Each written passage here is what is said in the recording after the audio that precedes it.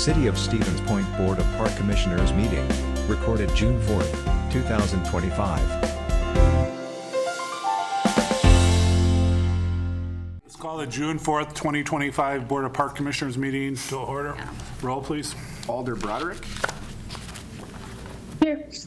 Alder Boozy is excused. He said he may join late. Freckman. Here. Disher. Here. Gladowski. Here. Alder Keemer. Here. McDonald. Here. O'Connor. Here. Shabilsky. Here. Sorensen. Here. And Wynn is excused. We have a quorum. All right, thank you. Item number 2, approval of the May 7th, 2025 meeting minutes. Motion to approve is written. All right, second. Any questions, comments, additions? All those in favor say aye. Aye. Opposed? Motion carries. Number 3, approval of the master plan concept A and B for Zenoff Park. Mr. Kramer? So we've been working on this, as you all know, for several months now. And where we're at is, if you recall, the last meeting we said we would basically allow another month period for any more comments to come in. Thus far, we've not received anything additional. So what is in your packet is basically the latest drawings that has everything that we've incorporated. I'll give you a really high level as we've talked about. Basically, Concept A and Concept B have a lot of things in both of them that are the same. Things like lighting on the existing diamonds, the concourse improvements, which would be kind of hardscaped, which is currently gravel today, and then there's a parking lot within both of them as well. What the Concept A and Concept B difference is Concept A would require some land acquisition if and when it ever is possible, and Concept B would be just looking to improve an existing diamond if and when we'd ever want to or look to. So what's before the commission tonight is ultimately recommendation to adopt both concepts. And one of the questions that has come up, if you look at the numbers, is, man, this is really expensive, right? You have to dive those numbers down. So this is a high-level estimate that's kind of all-encompassing. So, for example, if you're just looking at one field construction, for example, and the parking lot, you're at 50% of what that 4.7 number really shows. It's when you add in $1 million worth of lights improvements to the existing diamonds, you look at hardscape, a lot of other things that can be phased or can ultimately be done at one time. So another question that I've been asked a couple times here as this process has started to get towards the end is, well, what does it look like after tonight? So there could be a lot of combinations. Let's say that there's never land acquisition, it just doesn't happen. The parking lot is in poor shape. So the reality is, in the next number of years, we'll have to put, according to the estimate, a couple $100,000 into a budget to repurpose or resurface our existing lot, even if we do nothing else. Additionally, the lights are on wood poles. They're not going to fall tomorrow at all, but eventually we're going to have that. We do carry a number currently for light replacement at this location too. So ultimately there can be some things that'll just be done in phases as the budget would allow. But also the opposite is true. Let's say that the university or the high schools come after these concepts are approved, and we anticipate they likely will, and they say, we'd like to work with you on doing something sooner. Well, then we can have those conversations about, okay, we have some estimates. How much can you put in? What would revolve for the city? And all of the elements that would go within it. The other thing is if and when the Moose Lodge would say, hey, we want to formally partner, or we're interested in doing X, then we have the numbers of construction, but we would also know what they're looking at in terms of either using the lot that we could construct, or if there's some sort of offer to sell something. So really what we're doing today is we're drawing 2 roadmaps, and then the combination would be all elements that would come back before this commission and ultimately council before we move forward. So if you do approve this tonight, we're not putting anything into the capital budget right now. These estimates are really on the shelf based on today's current estimating and current market data that Rattler Corporation has, and then we will use that in our conversations with users, as well as if we do ever have movement with the Moose Lodge. One last question that has come up was, why would the city ever turf the existing diamond we have? And that's a very solid question, right? The reality is, if it would be one of our existing diamonds, if we can't do an acquisition or a new field build, it likely would be a higher burden or a higher financial input on the users that need the turf than our existing users that don't necessarily. So all of that is what we would work through at that point. And again, that would come before this commission for ultimate decision. But the idea here is, as we know from the survey data, all the users, is we'd like to build a 4th field. If we can get that deal eventually in the future and we can come together with our partners, I think everyone is rowing the boat that direction. But ultimately we can't force anything there. So it's really just a waiting game at this point. So with all of that, and I want to skip over this in case somebody's watching it, the high level numbers that's kind of all encompassing is showing about $4.3 million on the existing. If we did all the improvements to the existing diamonds, redid that lot, and then did a full turfed lit field for diamond number 1, or 4.7 if you had a new field build plus all the other elements. That does include a lot of things, though, that don't have to be done, and it would really depend upon that funding model. So at this point, I'm confidently saying I think we've done a very good, thorough, public input on this. We've talked to everyone. I do recommend the commission would adopt both concepts for future consideration. All right, thank you. Any comments or questions from the commission? I guess I have a question for Director Kramer. Does that the acquisition, so basically Plan B with the extra field, that does not include the cost to acquire the property, is correct? It does not. But any land acquisition would be on top of this. Okay, thank you. I just wanted to clarify that. It's a great question, too. I will add this. At one time in this process early on, the thought was maybe there wouldn't be a land acquisition number, that the lot and some of the maintenance of the lot could be part of the coordination, but really that all comes down to whatever the most would ever want to do in the future, if and when, if ever. All right, any other comments or questions? Otherwise, looking for a motion. I'd like to move. Second. Motion second. Sean and Mance. With that being said, all those in favor say aye. Aye. Opposed? Motion carries. Item number 4, UWSP Athletics request permission to sell alcohol inside Community Stadium and the KB Willett Arena for Pointer football and hockey games. Brad, would you like to comment about it? Sure.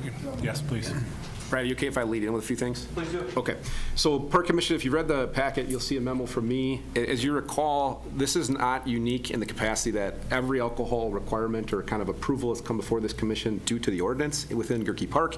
UWSP has a history with Spud Bowl. We have 2 other entities with the Midwest Roller Derby inside the KB Willett Arena, as well as the Youth Fast Pitch organization outside. So ultimately, what this request differs slightly on is that it's not just a standalone date. So to Athletic Director Duckworth's credit, he has been very thorough on this. He talked with us early on when they were considering it. There's been meetings with the police department, as well as talking with us about logistics inside in terms of cleanliness, legalities of selling. There's been coordination on his end, talking with the clerk's office. So tonight's stop is essentially about the exemption piece again. So for Park Commission to say, we will allow it. Then if that would go forward, ultimately that'd still leave the university to go get the license and follow all the state law part that goes with it. Again, to their credit, they did give a written presentation, which I'm sure Mr. Duckworth will talk about, but it covers all of really our policy things, i.e. the 10% that we collect from all the user groups that sell concessions. This would certainly be a concession item. It also talks about how they do enforcement, security, the delivery of the product, which is a big question if we have young kids beforehand, say a high school competition game, or if we have our youth organizations, as well as taking it off the grounds after, and then how they would basically work with us for the cleanup of the cans and recycling and things of that nature. So from my perspective in terms of the department, as well as the city operations and in coordination talking with the police department, we have zero objections to this. We see this really as kind of the evolution of our partnership that we've been doing and really formalized the last several years. And if I stole some of your talking points, I apologize, but that's kind of my lead in. And ultimately what this would be is it would be in our facility. Reminder, what our arrangement is they really rent the facility. So they have a ticketed contract with their crowd. It's really not, quote unquote, like a recreation crowd, right? It's a collegiate competition crowd. So that's really a relationship between them contractually with the people that are buying their tickets. Really what we're doing is we're hosting as a landlord. So again, everything on our side has been covered at this point. So moved. No. Thanks, Dan, for that. I don't know if I could have teed up a better intro. There's just a couple of pieces to add to that. One, there are several sides to this coin. One of them has to fall first. The university, our leadership is I would say 99% in, but they keep saying the same thing. You have to have permission to be able to sell at 2 of the 3 biggest venues you have to be able to. Why would we do this if we can't sell at men's hockey and football? We would also sell at women's hockey and all the other things. Our attendance, in full transparency, we're a public institution. We sell about $280,000 worth of tickets a year. That a lot of those come from men's basketball, hockey, and football, of which 2 of the 3 entities are owned by the city.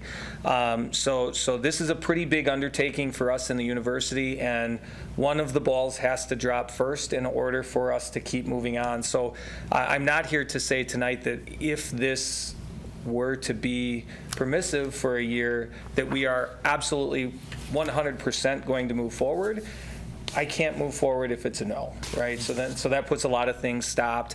We intend to do it, but there are a couple things a couple T's and I's that need to be dotted that can't happen unless we know that we can sell at those two situations.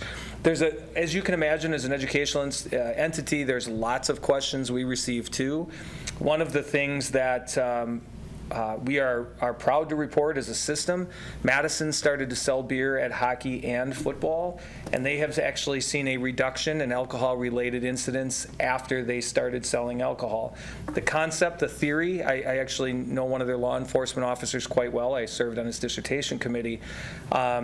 Ryan would tell you, he's one of their officers, the binge drinking that happens prior and during. The carry-in is typically booze because you don't carry a can of beer through the ticket. You put booze in your pocket and then you hammer on it while you're in.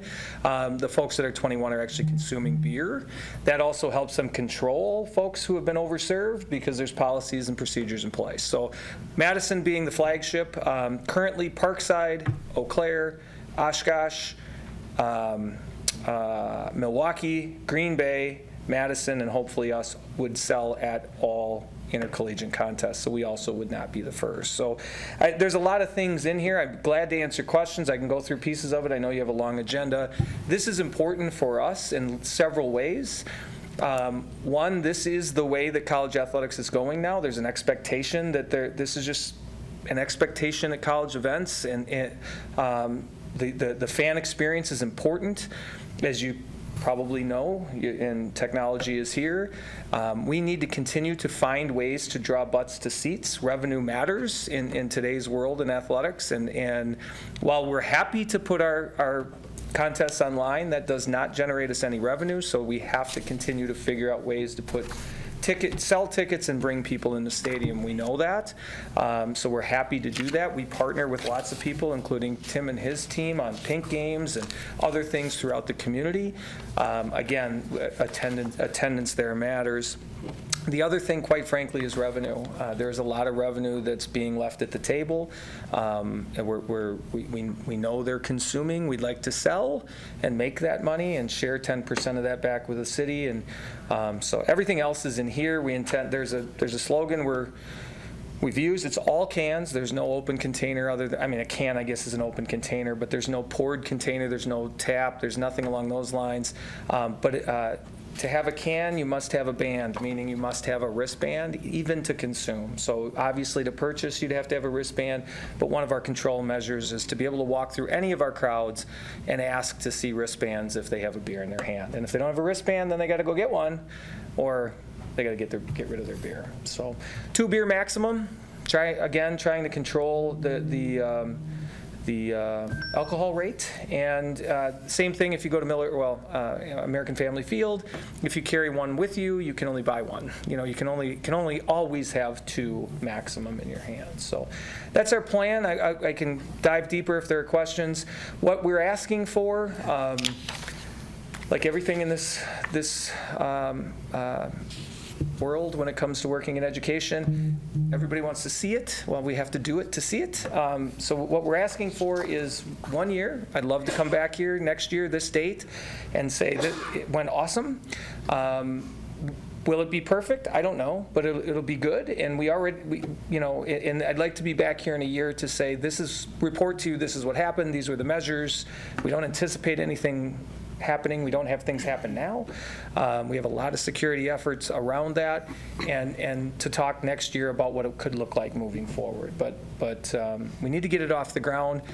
We are also working with Point Brewery on some things. That's all I can say at this point, but on some things with Point Brewery, and obviously we'd like to keep our purchases and our sales local, and they have been a really excited partner waiting to hear how tonight goes. Great.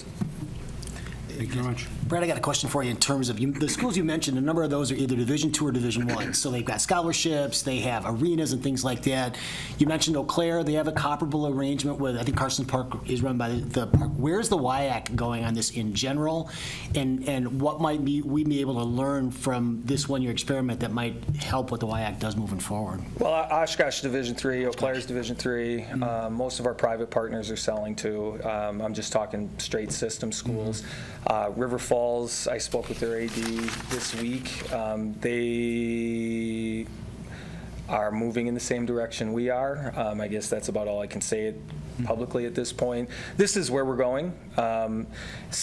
We've all tiptoed in. Now, in full transparency, Eau Claire built a turf, similar to what we did, put a turf on their own campus. They are working to move away from Carson Park. They are actually trying to get out of their city arrangement.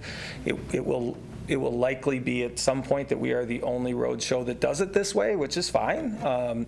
Everybody else has on-campus stuff, so they just made the decision and did it, Wayne. They've seen no problems. Trust me, we have 2 chancellors right now because ours is moving on to Milwaukee, and he's still here. He's amazing. We have an interim chancellor who's also here, so I get to explain all of this to 2 chancellors, and I wouldn't be here tonight without at least their blessing to say, go find out. So the lessons of what we've learned from Madison, we're not seeing an increase in alcohol-related incidents. We also, now again, in the weeds, but we've also talked to the Tavern League. About Safe Ride Home. We intend to have messaging in the stadium about alcohol and alcoholism, safe alcohol consumption. We still are an educational institution, so we don't intend to run a bar. We are running a college event that'll serve beer at it. So we will also be very intentional about that. But there aren't a lot of lessons to learn other than there's revenue to be made, and they're all continuing it. So there must be something good going on at those. Mike? Yeah, I don't know. There are partners. I think we should do what we can to help them out because they're really good for Stevens Point. They bring people into Stevens Point and at the events. And when we built that Willett Arena, originally the plan, it was sold as, well, someday we'll have events there and people can have alcohol. It was promoted as a bigger thing than actually what it turned out to be. But so at least we have the hockey, and I think it's a good thing. And I've been to Badger football games. I've been to Badger basketball games where they do sell alcohol, and I've seen absolutely zero problem with that in the stands or anything. So and plus when people have to buy stuff, I think they're more responsible drinkers rather than these kegger parties where you pay $5 and all you can drink. So it's promoting alcohol in a healthy way, I think. And I'd move that we approve this. I'd second that. All right. Any other comments or questions? Being none, all those in favor say aye. Aye. Opposed? Motion carries. Thank you. All right. Thank you very much. Item number 5 and 6 are dedicating and naming the properties. Dan, you want to? Yeah, so yes, these items are connected, and the request and the documentation in the packet were ultimately separated, but we'll take them first in kind of order they're listed. So on the screen, because I didn't have a great way of listing it in the packet, we'll show what I'm going to refer to here as kind of the train parcels, right? The train display parcels. So the city already owns these 3 parcels that the train display is located, and we've been blessed with a long-standing partnership with the Friends of Engine 2713, John Kedrowski and his full committee. Really, what the role in terms of how this is operated is my department, our operational staff and maintenance staff mow the grass, and we're kind of what I would say is standby when there's a project that maybe we need a machine for with an end loader, anything is snow plowing. So we're kind of doing the day-to-day routine stuff, I would say. Really the technical expertise, the reason this train looks as nice as it does, why the upgrades have happened, is all been on the backs of the Friends of 2713 and all the individuals that are part of that. And specifically, John Kedrowski is really our point of contact. We've worked with him for many, many years. So John and I have had conversations off and on for some time about what happens if and when and long term. So what they request tonight is ultimately to take formal action requesting and recommending to the Common Council to make these 3 parcels dedicated park. So because they're already acquired, this would not be like a deed restriction. With the recommendations not to try to record it on the deed, essentially what would be happening here is there may be a plan commission stop if related to, if you look here, some of the mapping, you can see the parcel goes out into the middle of Church Street. There's a bunch of mapping and rework being done by our streets department and engineering because of the Business 51 reconstruction that's planned. So some of those things need to be cleaned up from what I would call just a GIS and a mapping system. In the packet, I'll also tell you, because of the way this used to be many moons ago, there's some utility infrastructure that runs underneath what would have been like the Wyatt Street right away at one time. And then this parcel was acquired later, again, with the assistance of the Friends from the railroad. But essentially, one of the questions that came up as we talked about this was, well, we still have to have utility access, the road right-of-ways for the road reconstruction, but those are all things, even if they're not park, we have to work through, right? We certainly, the train's not going anywhere, it's a local landmark, and all of that had to be incorporated anyways. So what the recommendation from the Friends, if you read the packet, is to really take what's, started 30 years ago, 1995, with the local landmark, the grants, all the upgrades, and just formalize it to recommend it and recognize it as a park. I will tell you, I think if you walk around town, most people refer to this as the train park often anyways. In our comprehensive outdoor rec plan, because we've been maintaining it, we listed the acreage because it is something we're maintaining. So in my review, based on what we know of it, we've checked with the other directors, as long as we're able to accommodate the right-of-way, which we would, obviously, the utility information underground would stay the same. They'd have to be able to access that. Everyone said they understand it and kind of didn't really even realize it wasn't necessarily a park. So there's certainly a lot more history, which I'm sure John can speak to as questions might come up about the naming process of it. But based upon the review that I've seen, again, a wonderful relationship with the Friends of 2713. And then I'll also mention that we do work hand in hand from a financial perspective here, meaning that there's a community foundation fund that group set up that my position is listed as a fund rep on. So in practice, and we do this with several, the Friends of Sarimer, Cash Playground, the Plover River Crossing project, these dollars have been raised. They're at the community foundation, earmarked for this location. My position gets listed so that there's continuality into the long term to draw upon it for maintenance and things of that nature. So we already have a formal relationship about the fund, about the maintenance. So this would just be formalizing it to show that it's going to be an asset on the city's books as a park for the long term. So from a staff perspective, again, I'm happy to recommend that we would move forward with dedicating this as a park. And with that said, John, if there's anything you want to add that I missed, certainly feel free. Yes, please.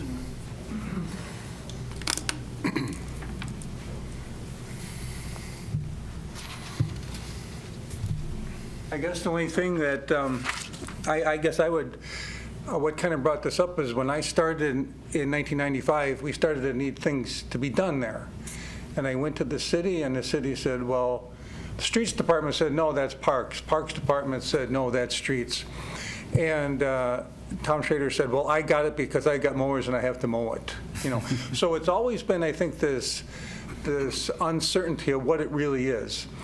Now, if you look at, the history of it, and I worked at the highway department, and we had plans for when they redid the underpass, that it looked like the park was always on the west side for Veterans Park. There was nothing over on the east side that was any formal for a park or anything. It's really leftover right away from the underpass. There's the vacation of the Wyatt Avenue, and if there is I know there's an old picture somewhere that shows the Wyatt Avenue, the train, and Church Street all meeting on top of the tracks before they did the underpass. And then that parcel to the east, now before I started in 1995, there was a group of people that had big plans for this. And they're the ones that got Sioux Line to donate that before they left. And so when I took over, it was just really rough. There was just scrub brush there. It never was really taken care of. So I worked with the city forester and Tom Schrader, and we cleaned it up. So then it more or less got attached and was an asset to the train park. All right. Any questions? So does that just become one big parcel then, if we rename it? Yeah, so there'll be one of two things. So the utility department, the engineering department, as well as community development that runs the zoning side of it, they're going to be looking at what's happening with the road mapping. And ultimately, if it goes to Plan Commission, it's likely to be consolidated to accommodate all of those things. With that said, though, if that ends up being a longer-term thing, it likely to just get dedicated as 3 parcels, right? And then if it gets cleaned up in the future and consolidated, that just happens subsequently. This is not zoned. I should back up even further. If you get into the weeds of this thing, we do not have a zoning designation for park. However, the zoning code rewrite is happening. They're working through that. And I've made a formal request already because most communities, especially our size, do have a park zoning designation. The reason for it is let's say that we'd zone this conservancy so that it's not multifamily development or single-family development or anything industrial around it. Well, conservancy comes with a bunch of other requirements that don't allow potential future improvements that might, accessorize the terrain display or something. So, in talking with Adam Kuhn, who's our zoning administrator who works underneath Jared Kivela, they intend to examine, and that's on their docket, to try to create this park designation. If you zoom out and look at a number of our neighborhood parks too, they're actually not zoned park or anything. They're just zoned single-family residential or whatever they're in because we didn't have that designation. So this is timely in the fact that if this moves forward, it likely will get rezoned too, but it probably won't happen until it's part of the bigger zoning code rewrite. And if that new designation, which I can't guarantee, it's likely, but if they create the park designation, this would get zoned park at the same time. So the protections, essentially, if you call it that, would be, it could be undone as a park because it's not deed restricted by vote of this body in the Common Council, changing of the ordinance, but also would require that zoning change too. So it's really 2 layers of protection outside of a deed actual restriction. Okay. Yes. I would move to approve these parcels as a city park. All right. We have a motion. Second by Liz. Okay. Being any questions? Otherwise, all those in favor, say aye. Aye. Opposed? Motion carries. Item number 6. So we've dedicated the 3 properties, and now we're requesting to name them as far as to the Leary Park in honor of Herb and Theresa Leary. Any questions or comments? So moved. All right. Second? I'll second. Go ahead. Okay. Who was the second? Wayne. Wait. Just before you call the vote. So everybody understands the logistics of this, okay? So first off, it's not going to be designated formally until Common Council would act on it. So essentially, what we've done with our previous naming rights of parks, or when we've done name considerations, is by policy, we publish the name being recommended into our official newspaper, which I believe is the Gazette. So with the motion here tonight, while you're recommending it, really what that's going to be doing is moving me forward with publishing the name. We'll accept comments back while this recommendation to make it park moves forward to Common Council. Whether that's Plan Commission, Common Council, or Common Council, I don't know exactly, but one of those 2 routes is what's going to happen. We're not meeting in July, so this will get published. I'll be bringing you back any comments that we would receive in August. Likely by August, the first action, which is the park recommendation, will have taken care of itself. So at that point, you'll know you have a park, or we know we have a park, and then that naming right can be acted on. That is also a recommendation that would then go to Common Council. So a couple policy processes that we have to work through, but so while the motion would say motion to approve naming the parcels as Leary Park with all the supporting information that is in the packet, that's really just getting me to publish it. Then after we publish it, you'll take or be asked to take action again in August, and then that'll route back through the approval process. All right, thank you. Any questions for anybody? John, is there anything you wanted to add about the family that you think is necessary outside of what you were written down already? Well, I just would say that there was a group called the Sioux Line Retirees that met every week for breakfast. And I would, once a month, give them a report on how we were coming on the train. And Herb Leary got my message or whatever, and he always said, the trains were good to me, so I want to be good to the train. So that's why he wanted to do something for the train. And fortunately, his son-in-law is Bill Yutchitz, the architect for Revelations. So Bill worked with me. We came up with the design, but he was the lead on it. And I got to say, I didn't think they donated that much money at first, And I know towards the end, when this was done, it's right when the Kuwaiti War started, and all materials went through the ceiling. All plywood they wanted, for the war effort or whatever. So Bill did the lion's share of the work, and he's got so much time of himself in there. So that $80,000 number does not take into effect the real cost of that roof. There was a lot of things Bill was able to get at cost from people, get people to donate. He's very community-minded. So it's just important that, it's fortunate that Bill was involved, because I think we got a heck of a product for the money that was spent. All right, thank you. I just had a question. If this goes through all the steps that you outlined, Director, would there be like a dedication of the park? Yeah, so what usually we do is we probably work with John to find out if like members of the family would want to be present for something. We've done it two ways. So as everyone knows, in the Riverfront Park situation, the family was invited, wanted to come. I will tell you with the Plover River Crossing with Smith, the Peters family park, that sign went up without a dedication because the plan is more so when the trail goes in to do something more formal. So I think what would happen here is if the naming goes forward, we'd work with John, likely probably reach out to Bill, I'm guessing, and just find out what they want to do. And then we would do something formal if they're willing to. If not, sometimes families say, I'd like it to be more quiet, we don't want the recognition, we would just hang the sign, one of the two. Thank you. All right, anybody else? All right, being none, we have a motion and a second to name the 3 parcels as requested, Leary Park. All those in favor, say aye. Aye. Those opposed? Motion carries. Thank you. I'll just mention too, and I think you all heard me, but this is another unique situation where we're really lucky to have a ton of volunteers involved with really the maintenance of something that the city owns, right? So while they've not been a formal park group, now this will likely make that more so. Again, it can't speak high enough about how many technical things get done and really skilled labor in these locations. And we didn't talk about Veterans Park across the street, but it's the same thing. And we really are fortunate for that. So a lot of times I have to say no in certain capacity because we don't have budget for it. But again, they make our job a lot easier in the department for all the labor hours and volunteers and that they do, and the fundraising part. So appreciate that, John, for you and all the group that does that for us. All right, thank you. Item number 7, presentation by the Recreation Superintendent. Yeah, thank you. Yeah, 5 minutes. Okay. I'm kidding. Take all your time. Willett season is what you're looking for. Okay.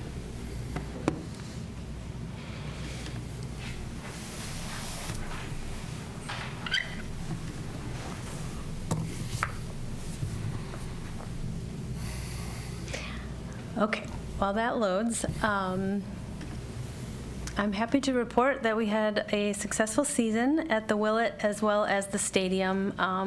When Dan asked me to give my biannual report, I imagine this is spring, winter, or fall, winter, and spring. So thinking about football and hockey season, and then also track, lacrosse, soccer, whatever else rolls into there. So 2024 seems like 5 years ago to me, because we were just finishing up the Goerke project, and we did finish a multitude of small detail projects just to, complete that, little things like landscaping and irrigation and, trim and all the things.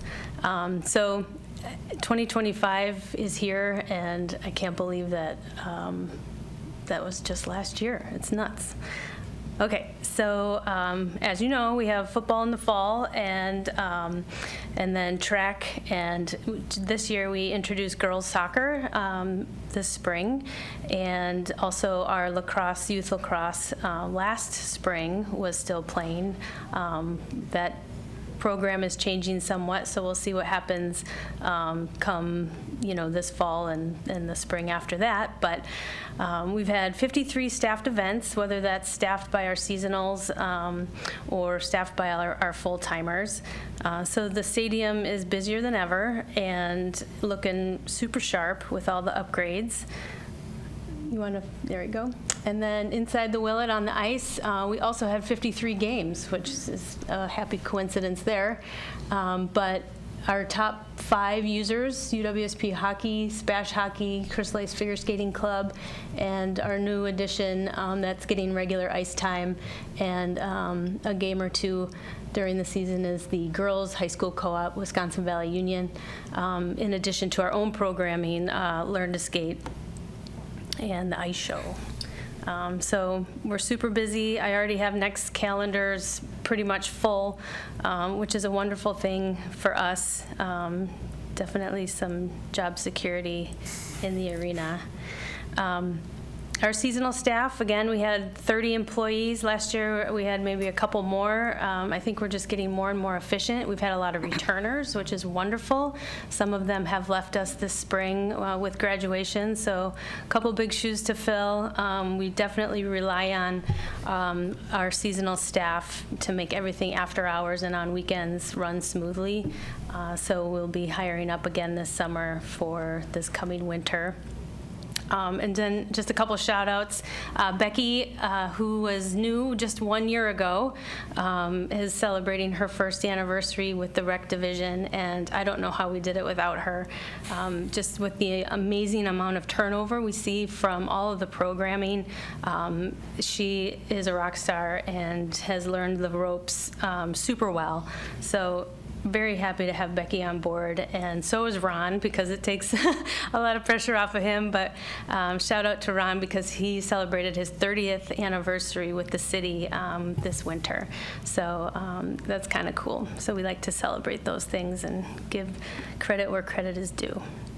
Our programming, our Learn to Skate program, we've seen an uptick in participation. Classes are full, and there's wait lists, and so, you know, I couldn't be happier. Our staff, again, lots of returners. Our skating staff is very dedicated, and lots of comments, positive comments from the community about our skate school. So that's going good. And then our ice show, we did also have a small increase this year with our participants. And honestly, I feel like we're getting to a threshold where we can't fit more skaters in the backstage areas, so our locker rooms. It's just incredible, the amount of participation, and then with that, the amount of organization and logistics that go into training up the skaters for, you know, a 2.5-hour show. So it's a beloved show in the ice skating community. The figure skaters with the Crystal Ice program, you know, they see it as the culmination of their year and really celebrate this season with the ice show. So it's very important to that community as well. As far as projects go, looking back at all the things we do, really there was one major new project. We were experiencing some leakage in the lower level of the Willett, mostly in the Spash and men's locker room. And so we hired SureDry to come in and excavate, and we did find some cracks in the foundation, had those patched up, sealed, and did some insulating, and then also did some drainage mitigation there. So haven't had any leaks since, so knock on wood that continues to perform for us. And, you know, as far as our finances go, things are looking really good. We did take on a lot of expenses finishing out the Goerke project within our operational budget.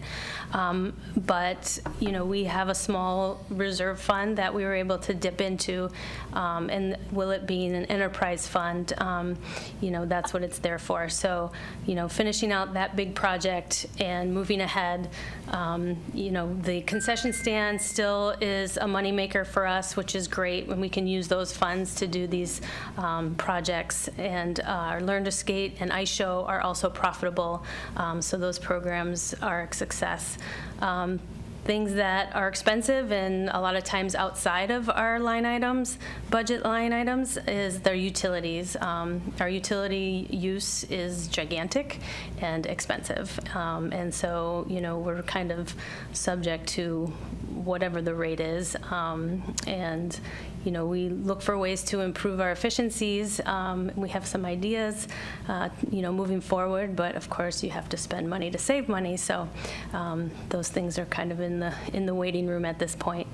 You know, my goals are to continue to invest in preventative maintenance. We have so many different systems in that building, between HVAC and our giant roof and the cooling tower and the chiller, and then, you know, the whole dasher board and, you know, specific hockey arena items, that it really is quite an endeavor to make sure everything is looked after at all times.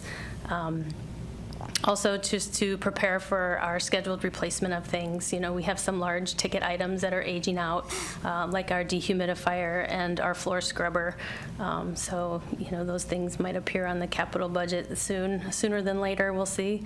And then, of course, just the normal upgrades, you know, so repainting, shower rooms are starting to peel, that kind of thing. So tackling those projects over the summer when the building's more quiet.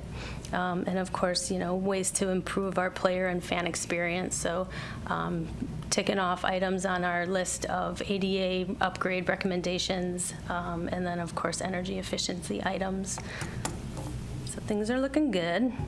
What's coming next? Spash Boys Soccer is looking to play on the field this fall, so we're working them into the schedule, trying to shoehorn them in around football, which it's a tight squeeze, but we're going to make it work because the more the merrier.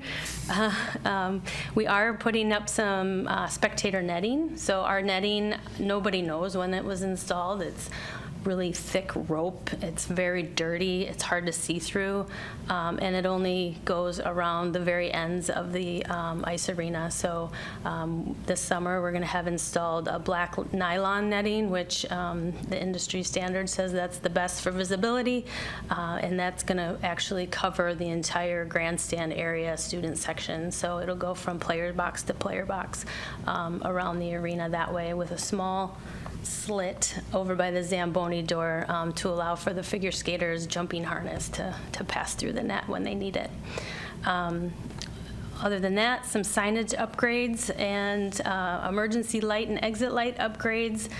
Some of ours are outdated and obsolete, so we're going to do some upgrades there. And then eventually in 2026, we'll have our press box remodel. So that is the long and short of it from last fall to this spring. Any questions?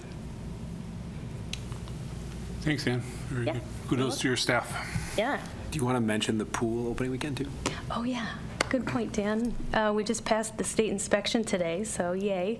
And we'll be opening Friday. We do have a soft opening tomorrow. PJ's is celebrating their last day of school with us, so we'll have them tomorrow afternoon, and then our first official day is Friday. Any problems from that came back from last fall? Anything? We did find the one leak at the bottom of the slide pool and had that replastered, and that's holding, so that's really great.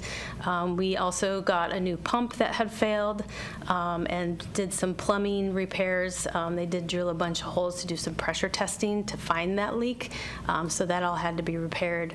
And then they also dug up a bunch of concrete to look for leaks in the main pool by the surge tank, so that all had to be reported this spring as well. I think that's the most of it. Fingers crossed for 90 days, huh? That's right. 10 weeks. Here we go. Thank you. Thanks. All right. Director's report. I have a few things. So first and foremost is the Goerke Park Master Plan. So a reminder, next item says we're not meeting in July. So what that's slated for right now is that August 6th, which will be the next meeting that'll happen. That'll be when the next schematic will come forward and be in the packet. The intention there is we'll follow the same thing we've done with Zenoff, where there'll be a discussion that night. Certainly everyone will be able to attend. And ultimately, staff will be looking for direction on that current version, or it'll be a waiting period from that meeting to the subsequent. So the earliest Goerke would be looking to be adopted would be September, or it could be October. It all depends upon how that August meeting goes. But we have started kind of playing with some of the layouts that were given from that direction. So do expect to be looking for that by August 6th meeting. And we'll certainly be putting out information on that because people are certainly asking when that conversation will happen. So plan August 6th and then likely September and or October for that to take shape. Riverfront Rendezvous reminder, 41st year is coming up here over the 4th of July weekend. Fireworks are on Saturday the 5th this year. So we do expect if the weather's good, that's going to be a very large crowd just because our neighboring communities will be shooting the night before. The Plover River Crossing project update, I'm happy to report that the Bureau of Structures, which is the biggest wild card about their timeline because they have so many DOT projects happening, has signed off on both the retaining wall and the bridge. So what does that mean for us? We have like the last, what I would call grammatical changes, small notes on plans. It looks like we're going to get approval of the final document here for July 1st, which was the goal. So we are slated to bid that project the first week of September. So in reality here, the way we're shaping up is likely the October Park Commission is where there'll be a bid recommendation coming forward, and then I'll have more of a timeline. There is some sensitive environmental areas down there with the river, and then obviously wetland adjacent to it. So when the bid number comes forward, I'll also be able to tell you a more accurate timeline. It's likely going to be all winter and then into probably end of 26 before that would actually be functional. The heaviest lift is the physical bridge. It's 125 feet long, I think is what the setup is. So there's some major logistical things that'll go into that piece. So, but the good news is, again, everything has been able to follow. It was a very tight timeline with that year. It seems like a year's forever, but it's not when you're waiting on 45 and 60-day reviews with some of these large agencies. But the emails came through yesterday, and we're in really good shape for that. So still working alongside the Friends of the Plover River Crossing. They're actively raising money. They've done a really good job. The local match has been hit. So in terms of the dollars on hand that was anticipated, we're in good shape. But obviously, we need to go to market. The market's going to really dictate where things are at, and hopefully steel prices and things don't go wild. I will also tell everyone, this is not in the packet, but I will be presenting to the Sustainability Commission for the city tomorrow night. So just going over departmental operations, we'll cover our forestry practices, some of our pollinator areas. We'll be talking about some of the battery powered tools that we're doing, the kind of naturalized areas that we've kind of scaled back mowing to let areas kind of grow more natural. So if you're interested, that meeting is here at 5:30, and then they do record it. So that meeting will also be available. There is a Zoom link on the agenda too. And they have some other agenda items, but right now the Sustainability Commission is getting updates from each department on kind of what's going on within the departments, and then I believe, the way I understand it, they'll be working towards some more sustainability initiatives that they'll likely set for goals that we'll work within in the future. But again, 5:30 tomorrow night. So other than that, we are in our busiest season. Those of you that were here early, you can see we've got playoff baseball going out at Buchholz. We've had a number of softball practices. The high school pretty much practiced at Zenoff the whole year. The youth are in full swing. Adult softball's rolling. All the parks are getting used every weekend. You've probably been aware, if you're following along on social media at all, there's been a heavy usage at Riverfront Park, and we were not able, our IT wasn't able to get cameras up right away, so there was some behavioral instances that took place there that certainly got some social media attention. I will tell you that ultimately our park security is going to be stepping up some more presence at that location. The PD, every time they get dispatched, has been there. It's mostly adolescent behavior, so it's a little more complex than just adults where tickets are issued. Some things revolve around working with families and things too. So the good news is it's been much better since the first couple of days where things it sounded like it happened more frequently. We do have a camera operational now. The other 3, I believe, were hooked up today, so we should have a full panoramic view of everything around there. What the camera does is it allows us to verify that what's reported happened or not. Some of those things, they're just a little complex for the PD to kind of address. So otherwise, the park's getting used, which is great. It's fantastic. You drive by that, and there's a number of comments too. People have shared that they've had really great experiences. But obviously, if there's an incident at a certain snapshot in time, those that are around it certainly are seeing it too. So we're plugged in. We aren't the law enforcement, obviously, so we just aid in the messaging, and we aid in kind of following up. The biggest thing we've worked with is we have had the Cerimer letters pulled out of the wall a few times, and that's where the cameras are going to help us a lot. It looks like, I'm assuming it's probably a similar group or a group of individuals, and we're able to put them back up, but keep pulling this liquid cement out of the wall. It's just not ideal. So what we'll be doing now is reviewing film for when the next time it would happen, and we'll keep installing it, but nothing major vandalism, nothing like that. And again, I think some of what we're experiencing is just the fact that there's sometimes 200 people that are there, of all ages that are participating. So it's a good thing that's led to a bad thing we have to work through, and we will continue to do that. Other than that, though, again, we've got all operations, full seasonals are up and running. The pool will be a big lift for us this weekend, and to Ann's team and her credit, they're ready to go. The pool is still an animal, I will tell you, just related to the condition and the age of it.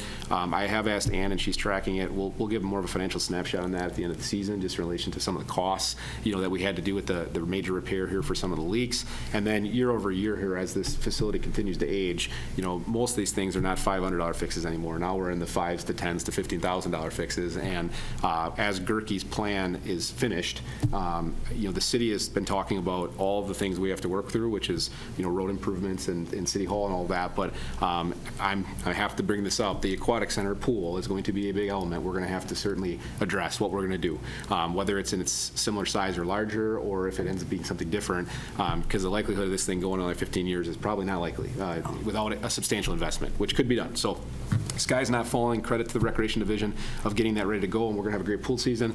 But I do just want to keep mentioning that's going to have to be front and center for us. And I'll argue when we get to the Goerke plan being done, that's probably our highest priority of the plan, is to address that long-term aquatic feature. So other than that, I hope to see many of you if you're at Riverfront, if you can be there. And otherwise in August, we should have probably a lengthy agenda again. Thank you. Any comments for Director Kramer?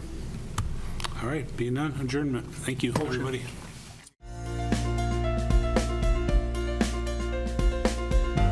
A video of this meeting is available for viewing on the city's website, stevenspoint.com/videos.